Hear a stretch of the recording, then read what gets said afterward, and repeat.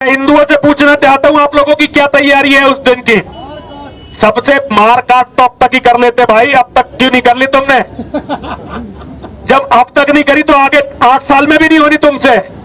एक रास्ता है और बच्चों के हाथ में हथियार दो किसी ना किसी तरह का। तो ये तुम्हारे नेता जो मुसलमानों के खिलाफ एक अक्षर नहीं बोल सकते, ये तुम्हें बचा लेंगे।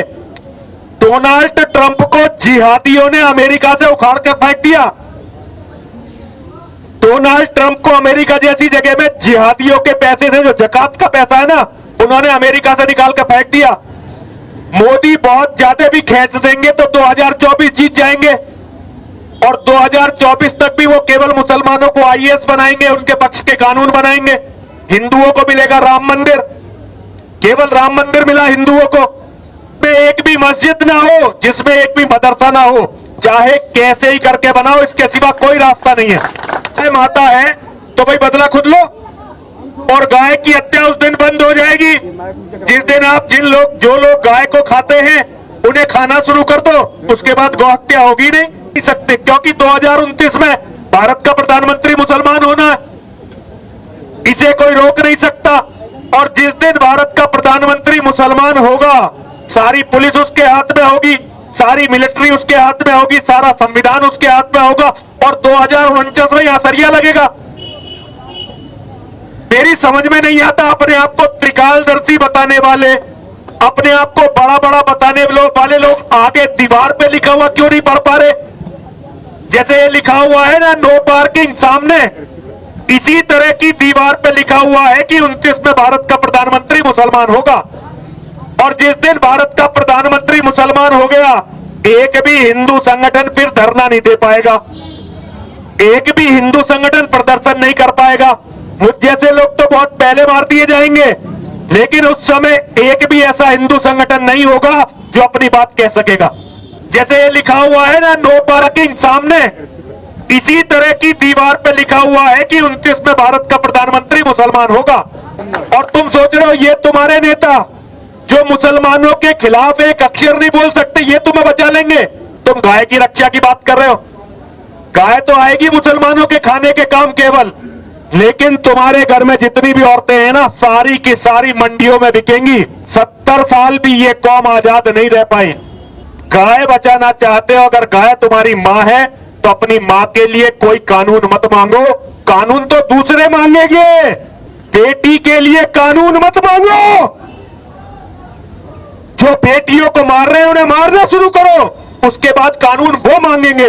और अपनी आबादी बढ़ानी शुरू करो, जनसंख्या नियंत्रण कानून वो मांगेंगे। अगर गाय हमारी माता है तो उसके हत्यारों को फांसी कोई और क्यों देगा भाई? ये क्या हिजड़ों जैसी बातें हैं?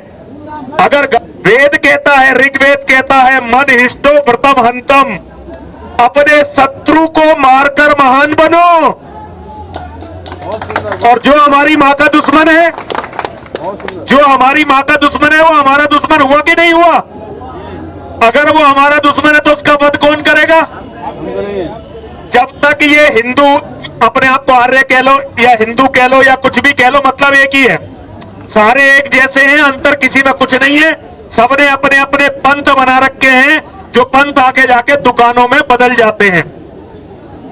जो दर्द महर्षि दयानंद सरस्वती जी का था, आज मैं किसी भी आर्य समाजी के दिल में वो दर्द नहीं देखता। हम जिस काम में लगे हुए हैं, अभी यहाँ अभी मैं ये देख रहा हूं कि हम लोग गौ रक्षा की बात कर रहे हैं, गौ को मां बता रहे हैं। ठीक है, हमारा धर्म यही कहता है कि गाय हमारी माता है और हमें गाय को माता मानना भी चाहिए, क्योंकि हमारे ग्रंथों में हमारे बुजुर्ग ये करते रहे। लेकिन जिस कौम की बेटी घर से छिन रही हो, जिस कौम की बेटियों को इस्लाम के जिहादी घरों से निकाल के कत्ल कर रहे हो, वो कौम कैसे गाय को बचा लेगी? जरा पहले मुझे ये तो बताओ, कितने दिन हो गए कानूनों की मांग करते हुए हिंदुओं? तुम्हें कब ये अकल आएगी कि कानून की मांग करने से कुछ नहीं होगा, अब अपने आप कुछ करने से होगा। और जितने भी लोग ये गौ हत्या की और जितनी भी बातें कर रहे हैं, कभी अर्णव पकड़ा जाता है, कभी निकिता तोमर की हत्या हो जाती है, कभी कोई राहुल राजपूत मारा जाता है, कभी कोई अंकित त्यागी मारा जाता है, कभी कोई ध्रुव त्यागी मारा जाता है, और हम केवल छाती पीटते रहते हैं। मैंने अपने जीवन की जो सबसे बड़ी गलती की, हिंदू संगठनों में जाके की, और अब मैंने संगठनों से इतना दूरी बना रखी है, ना तो किसी संगठन में जाता और ना किसी संगठन की बात करना चाहता। बात करो धर्म की, और जो धर्म कहता है उसकी बात करो। अगर धर्म पर रहोगे तो बचोगे। अभी ठाकुर साहब कह रहे थे ज्यादा से ज्यादा बच्चे पैदा करो। ये एक ऐसी बात है जिसे हर हिंदू को सुनना चाहिए और मानना चाहिए। अगर तुमने बच्चे पैदा अब नहीं करे तो भगवान भी महादेव अवतार लेकर, आर्य समाजी तो अवतार को मानते नहीं, और धारा 370 हट गई। जाके देख, एक आदमी रहकर तो देखो कश्मीर में। अरे तुम्हारे दिल्ली में जो मुस्लिम बाहुल्य क्षेत्र हो गए, वहां तो हिंदू रह नहीं पा रहा, लेकिन हिंदुओं को चाहिए फर्जी बातें, झूठे नारे, केवल झूठे नारों की राजनीति और झूठे नारों पर ताली बजाना। अब केवल एक रास्ता है तुम्हारे पास जिससे तुम्हारे बच्चे कुछ बच सकते हैं। कैसे भी करके, कुछ भी करके एक अपना सनातन वैदिक राष्ट्र बनाओ। एक ऐसा राष्ट्र हो जिसमें एक भी जिहादी ना हो। जिस साल और निकाल लो सोते हुए ऐसे ही, जैसे तुमने हजारों साल निकाल दिए ना, केवल 8 साल और तुम्हें ऐसे ही सोना है। फिर धरती की कोई ताकत, तुम्हारी घर में जितनी भी औरतें हैं, तुम गाय की रक्षा की बात कर रहे हो। गाय तो आएगी मुसलमानों के खाने के काम केवल, लेकिन तुम्हारे घर में जितनी भी औरतें हैं ना, सारी की सारी मंडियों में बिकेंगी, और मंडियों में बिकने से पहले उनके साथ बलात्कार और होंगे, जैसे बांग्लादेश में होते हैं, पाकिस्तान में होते हैं, और भारत में पिछले 1000 साल तक लगातार होते रहे। अंग्रेजों के आने के बाद कुछ कम हुए, बस 70 साल भी ये कौम आजाद नहीं रह पाई। 70 साल भी कौम आजाद नहीं रह पाई, क्योंकि कौम की नसों में गुलामी है। जब गांधी का राज था, गांधी जिंदाबाद, नेहरू नेता था, नेहरू जिंदाबाद, इंदिरा गांधी का टाइम था, इंदिरा गांधी जिंदाबाद, राजीव गांधी के टाइम में राजीव गांधी जिंदाबाद, और अब मोदी जी जिंदाबाद। ये जिंदाबाद और हमारे बच्चे मुर्दाबाद, हमारी नस्ल मुर्दाबाद, हमारी कौम मुर्दाबाद। आज तक तुम्हारा एक नेता ये आज तक आतंकवाद का धर्म नहीं ढूंढ पाया। अमेरिका ने 20 साल से भी पहले ढूंढ लिया। 2001 में हुआ था 9/11, 2001 में हुआ था ना। आज अमेरिका का एक एक अमेरिकन जो बोलता है इस्लामिक टेररिज्म बोलता है, और तुम्हारे यहां 1400 साल से ये कुफर उतरा हुआ है, ये आतंक है। लेकिन आज भी जो नेता बात करेगा, सबसे पहले शुरू करेगा, आतंकवाद को किसी धर्म से मत जोड़िए, आतंकवाद का कोई धर्म नहीं। अभी यहां कोई रिपोर्टर पूछ रहा था, मैं कह रहा था जब तक जिहाद है, और जिहाद है धरती का कैंसर, ये आतंकवाद है ही नहीं। ये इस्लाम का, मुसलमानों का जिहाद है, और इससे लड़ने का तरीका केवल वेद में और गीता में है, और ढूंढते रहो कहीं है ही नहीं। लेकिन तुम केवल पाखंडी हो। हमारे यहां कहते हैं जी मैं सावरकर का चेला हूं, सावरकर का अनुयायी हूं, और भैया करते क्या हो? केवल सावरकर की 4 किताबें पढ़ता हूं, दुनिया को गाली देता हूं और बहस करता हूं। लोग कहते हैं हम महर्षि दयानंद सरस्वती के अनुयायी हैं। यदि तुम महर्षि दयानंद सरस्वती के अनुयायी होते तो यहां इस्लाम नहीं होता। आज यहां हमारी कौम की बेटियों की दुर्गति नहीं हो रही होती।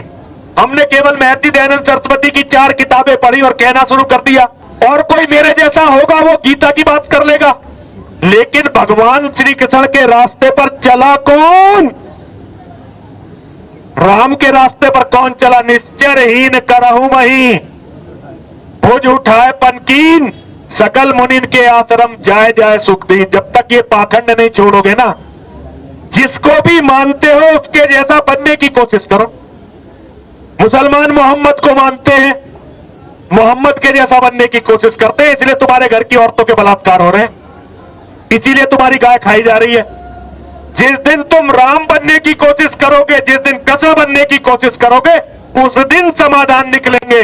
जिस दिन तुम दयानंद बनने की कोशिश करोगे, उस दिन समाधान निकलेंगे। समाधान उनकी बात लेकर जिरह करने से नहीं निकलेंगे, और दूसरों को गाली देने से नहीं निकलेंगे। और भैया फिर अंतिम बात है मेरी, गाय बचाना चाहते हो, अगर गाय तुम्हारी मां है तो अपनी मां के लिए कोई कानून मत मांगो, कानून तो दूसरे मांगेंगे। जिस दिन तुम अपनी मां के हत्यारों को मारना शुरू कर दोगे, दूसरे मांगेंगे। बेटी के लिए कानून मत मांगो, जो बेटियों को मार रहे हैं उन्हें मारना शुरू करो, उसके बाद कानून वो मांगेंगे।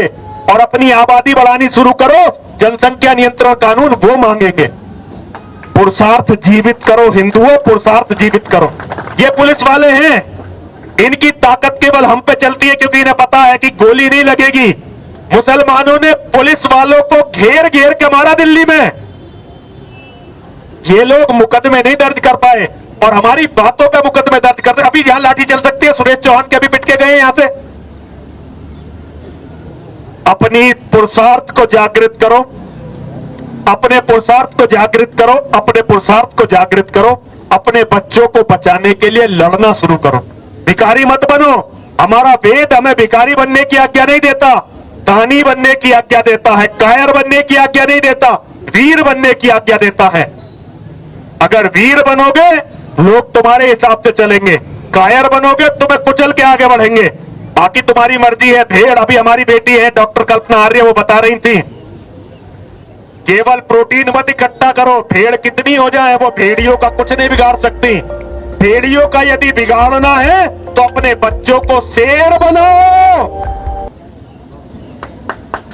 यदि तुम्हारे बच्चे शेर नहीं बनेंगे तो भेड़िए तुमसे कभी नहीं डरेंगे। हर हर महादेव, हर हर महादेव।